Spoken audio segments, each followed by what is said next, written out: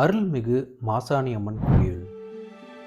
இதுக்காக கூட்டம் கூட்டமாக இந்த மாசாணி அம்மன் கோயிலுக்கு வந்து பொள்ளாச்சியிலேருந்து 25 கிலோமீட்டர் டிராவல் பண்ணி ஆனமலையில் இருக்கிற இந்த கோயிலில் போய் பார்க்குறாங்க. அப்படி என்னதாங்க இந்த அம்மன்கிட்ட சக்தி இருக்குது? இந்த அம்மனை நீதி தேவதை அப்படின்னு சொல்கிறாங்க. அது எதனால் கூப்பிடுறாங்க? இந்த கோயிலில் வினோதமாக மிளகாய் அரிசி பூசிக்கிறாங்களாமே, அது எதுக்காக? இது மட்டும் இல்லாமல் இந்த கோயிலுக்கு வந்தாக்கா வேற என்ன பலன்கள்லாம் நமக்கு கிடைக்கும்? இந்த கோயில் வரலாறு என்ன? இங்கேயே அம்மன் வந்து படுத்த நிலைமையில் வந்து நமக்கு காட்சி அளிக்கிறாங்க. இந்த கோயிலுக்கு நம்ம எப்படி வர்றது? அது இல்லாமல் இங்கே டைம் என்ன, ஓப்பன் டைம் க்ளோஸ் டைம் என்ன, இங்கே என்னென்ன பூஜைகள் பண்ணுறாங்க, பூஜைக்கான எவ்வளோ செலவாகும் அப்படிங்கிற கம்ப்ளீட் தகவல் இந்த வீடியோவில் இருக்குங்க. இந்த கோயிலுக்கு நீங்கள் ஏற்கனவே போயிருந்தீங்கன்னாக்கா ஒரு சிலதை மிஸ் பண்ணியிருப்பீங்க.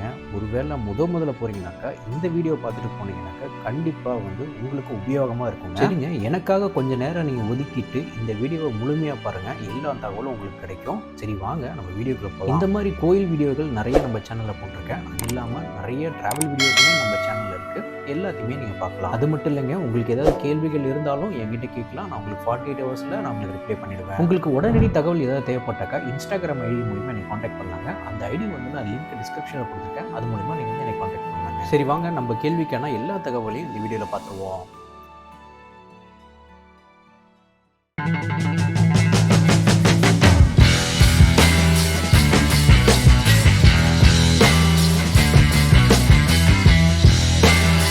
இந்த கோயிலுக்கு நீங்கள் ரீச் ஆகணும்னாக்கா பொள்ளாச்சிலேருந்து ஆனமலைக்கு 25 கிலோமீட்டர் வந்து ட்ராவல் பண்ணி வர மாதிரி இருக்குங்க. பொள்ளாச்சி பஸ் ஸ்டாண்ட்லேருந்து உங்களுக்கு நிறைய பஸ்ஸஸ் வந்து அவைலபிளுங்க. நீங்கள் வந்து ஆனமலையில் ரீச் ஆகிட்டீங்கன்னாக்கா அங்கேருந்து உங்களுக்கு மினி பஸ்ஸஸ் கூட வந்து பார்த்தீங்கன்னாக்கா இந்த அம்மன் கோயில் ஸ்டாப்பிங் வந்து வராங்க. வர வழியிலேயே நிறைய அழகான ஷூட்டிங் ஸ்பாட்ஸ்லாம் கூட நீங்கள் பார்த்துட்டே வரலாங்க. ஒவ்வொன்றும் அவ்வளோ கிளாசிக்காக இருக்குங்க. நீங்கள் எங்கேருந்து வந்தாலும் கோயிலோட நுழைவாயில் இருக்காங்க. இங்கேருந்து தான் நீங்கள் வந்து போகிற மாதிரி இருக்கும். இந்த இடத்துக்கு வந்துட்டீங்கன்னாக்கா கரெக்டான ஸ்பாட்டுங்க. இதுக்குள்ளே வந்து நீங்கள் கோயிலுக்கு வந்து ஒரு 1/2 கிலோமீட்டர் வந்து நடந்து போகிற மாதிரி இருக்கும். இல்லை நீங்கள் பஸ்லேயோ கார்லேயோ வந்தீங்கன்னாக்கா உள்ளே வந்து நீங்கள் பார்க்கிங் கூட அவைலபிளாக இருக்குங்க. கோயிலுக்கு போகிற வழியிலேயே பூஜைக்கு தேவையான அனைத்து பொருட்களுமே வந்து பார்த்தீங்கன்னாக்கா இந்த கடை வீதியிலே வந்து விற்கிறாங்க. உங்களுக்கு தேவையான பொருட்களை வந்து இங்கேயே நீங்கள் வந்து வாங்கிட்டு போயிடலாம்.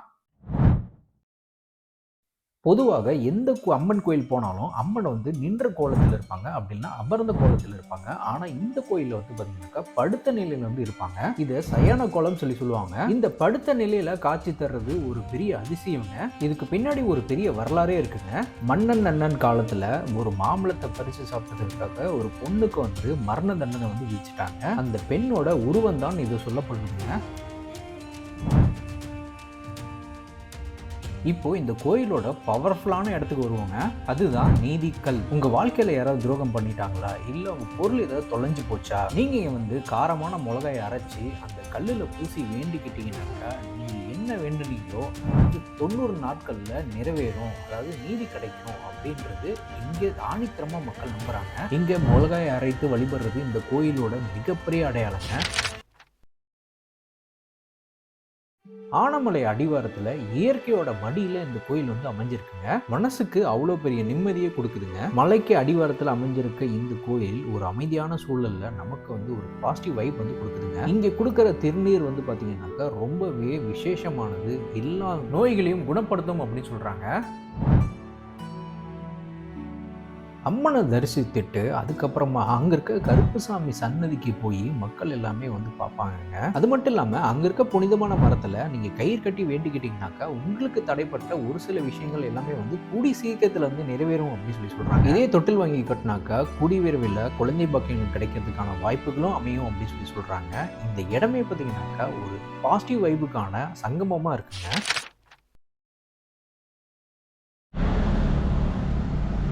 மாசாணி அம்மன் கோயில் ஆர்ச்சிங்க. இங்கே உள்ளவங்கலாம் இங்கேயே நமக்கு வந்து பொருள்லாம் விற்கிறாங்க. தேவையான பொருள் வாங்கிக்கலாம். கோயில் பக்கத்துலேயே விற்கிறாங்க, அங்கேயும் வாங்கிக்கலாம். இங்கே கோயிலுக்கு முன்னாடியே நிறைய கடைலாம் இருக்குது. இங்கே கூட நீங்கள்லாம் வாங்கிக்கலாம். பார்க்கிங்லாம் இங்கேயே இருக்குங்க. அப்படியே பார்த்தோம்னா இங்கே வந்து கோயில் இருக்குது. கோயில் டைமிங் பார்த்தீங்கன்னாக்கா காலையில் 5 மணிலேருந்து நைட் 8 மணி வரைக்கும் ஓப்பனில் இருக்குங்க. இதுதாங்க கோயிலோட என்ட்ரன்ஸு. இதுதான் மெயின் கோபுரம். இன்றைக்கி கூட்டம் இல்லை. நான் இன்றைக்கி ஒரு சனிக்கிழமை வந்திருக்கேன், அதனால் இங்கே கூட்டம் பெருசாக இல்லை. இங்கே ஃப்ரீ டிக்கெட் இருக்குங்க, ஸ்பெஷல் என்ட்ரன்ஸ் இருக்குங்க. ஆனால் நீங்கள் வந்து மிளகாய் வழிபாடு பண்ணணுனாக்கா அதுக்கு நீங்கள் வந்து 50 ரூபா கட்டணும். தேங்காய், வாழைப்பழம், மிளகாய் கொஞ்சமாக வாங்கிக்கோங்க. அதுக்கப்புறம் மாலை இது வந்து கொண்டு போனீங்கன்னாக்கா அவங்க வந்து அந்த வழிபாடு வந்து அரேஞ்ச் பண்ணி கொடுத்துருவாங்க. அடுத்தது அன்னதான நேரங்க. அன்னதான நேரம் வந்து பார்த்தீங்கன்னாக்கா காலையில் உங்களுக்கு வந்து 10 மணிலேருந்து ஆரம்பித்து நைட்டு 7 மணி வரைக்குமே வந்து பண்ணுறாங்க. இங்கே கூட்டம்லாம் வந்து ரொம்ப ஹெவியாக இருக்குங்க. ஆனால் அன்னதானத்துக்குலாம் பார்த்தீங்கன்னாக்கா பெரிய க்யூவே வந்து இந்த இடத்துல பார்த்தீங்கன்னா தேங்காய் உடைக்கிறதுக்கு தனியாக இடம் இருக்குது. இங்கே வந்து விளக்கு ஏற்றலாம், தீபம் ஏற்றலாம். தீபத்துக்கும் தனியாக இடம் கொடுத்துருக்காங்க. இது மெயின் கோபுரம். நம்ம கோயிலுக்கு இந்த வழியாகவும் போகலாம்.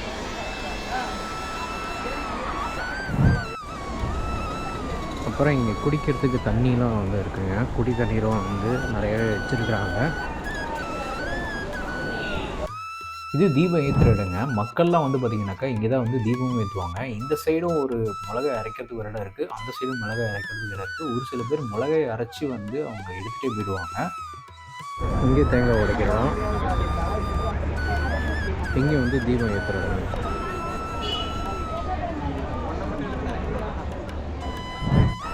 இங்கே பொது தரிசனம்லாம் இருக்குங்க. பொது தரிசனம் இருக்குது. 25 ரூபா டிக்கெட் இருக்குது, சிறப்பு தரிசனம்னு சொல்லிட்டு.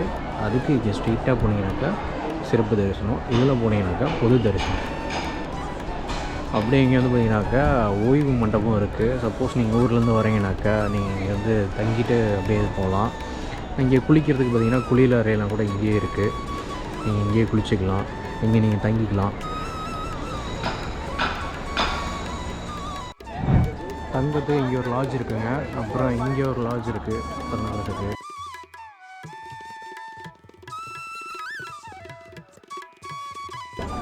பக்கத்துலேயே பார்த்தீங்கன்னா ஹோட்டல்ஸ்லாம் இருக்குது, சாப்பிட்றதுக்கு ரெஸ்டாரண்ட் இருக்குது. செப்பல் வர்றதுக்கு இங்கே இடம் இருக்குது. இது ஃப்ரீ ஆஃப் காஸ்ட்டு தாங்க. நீங்கள் சாமி கும்பிட்டுட்டு இங்கே ஒரு கடை வீதி இருக்குங்க. உங்களுக்கு தேவையான பொருட்களை இங்கே வந்து வாங்கிக்கலாம்.